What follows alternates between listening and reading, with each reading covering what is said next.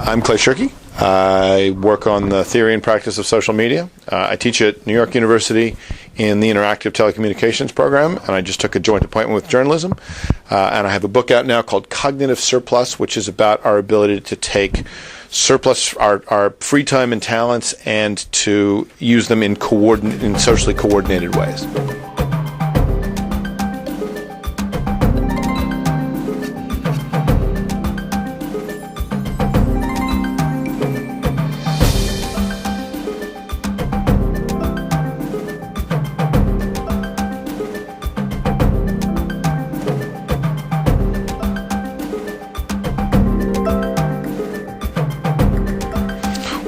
I never use the phrase X 2.0 because it acts as if there is a sudden change, when in fact very often what we see are sort of longer term developments.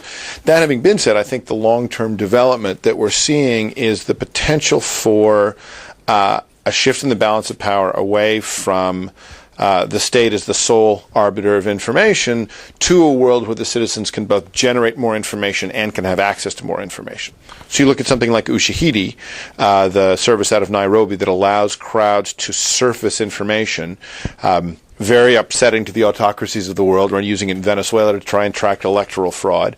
But that's a place where the citizens can actually generate information that previously only the state has.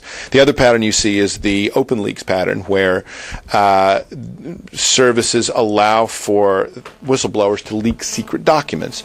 And that's a place where there was information that only the state had that also enters the public sphere. So this change in what the public can know and see is whether it's crowdsourced or leaked, is a big change in the governmental landscape. Okay, and how do you usually respond to your opponents who are too critical towards new media? They're not like you. Well, so there's two classes of argument. There are naysayers, people who simply say, well, this stuff isn't going to matter, this isn't going to mean anything, it's all just kids, flirting with each other and talking about music and sports and so forth. My response to them is that they're simply not paying attention, that in fact society has always been made up of people trying to do things other than politics. So when you provide a way for people to come together, they talk about what interests them, and mostly what interests them isn't politics, but sometimes it is. So what you see is on the website of a Korean boy band in South Korea, a group getting politicized around Lee Myung-bak's government, or you see on a football bulletin board in North Africa, you see Tunisians and Egyptians getting politicized around the dissent. So I think people who say this doesn't matter are simply not paying attention. There's a second class of people who say there are some good effects and some bad effects on this, but on balance we think it's going to be bad. That group, I think, is analogizing from television rather than the printing press. They're assuming that because it's electronic and because it enjoys massive distribution, that it will end up being more like the effects of television on society, which I think have been net negative, although there are obviously some positives about television, rather than the printing presses, which has been net positive, even though there are obviously some negatives about the printing press.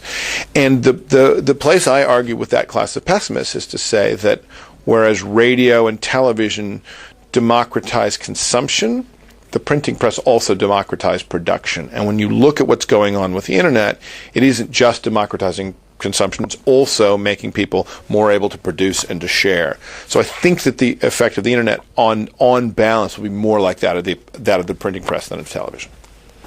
And as you know, Paul Virilio was talking about reverse of progress. It's very interesting, and every technical progress has its flip side. And what do you think? Sure. What is the downside of social media? Right now, the downside of social media is, well, there are several. There's the potential for distraction, right? The idea that if there's a kind of social hit that we work towards, a social, positive feeling in the brain that we work towards, that we might be generating with empty calories, that people essentially be self-distracting and not get anything else done. I think that that's obviously true. I think that it's the kind of thing society goes through from time to time when a new medium comes along.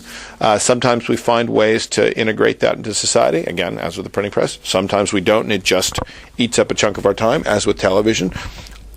again, time will tell, but I think that this is going to be a medium that gets shaped into civically valuable action. The other is the risk that in the focus on weak ties, the strong tie networks will weaken. That in fact, us and our closest friends, for any given person, you and your closest friends are a real source of value that's different than knowing 1,000 people. That's a longer term problem, and I think a harder one to solve. If I'm worried about anything in terms of the effect of social media, it's that threat that the strong tie networks will be weakened by the use of these tools. And you just came back from World Economic Forum in Davos. So, did you notice, Sandy, any shift in the perception there of new media? Well, I don't hang out with those people during the year, so I certainly don't know what the kind of consensus about social media would have been 6 months ago. But I've just written an article in an American journal called Foreign Affairs, which is a kind of the anchor journal of U.S. statecraft about social media.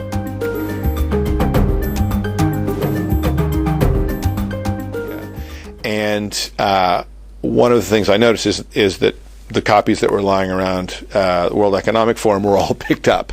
So I think the two things I'd say are there's considerably more interest among the people there in thinking about social media as having a political effect than I thought there might be.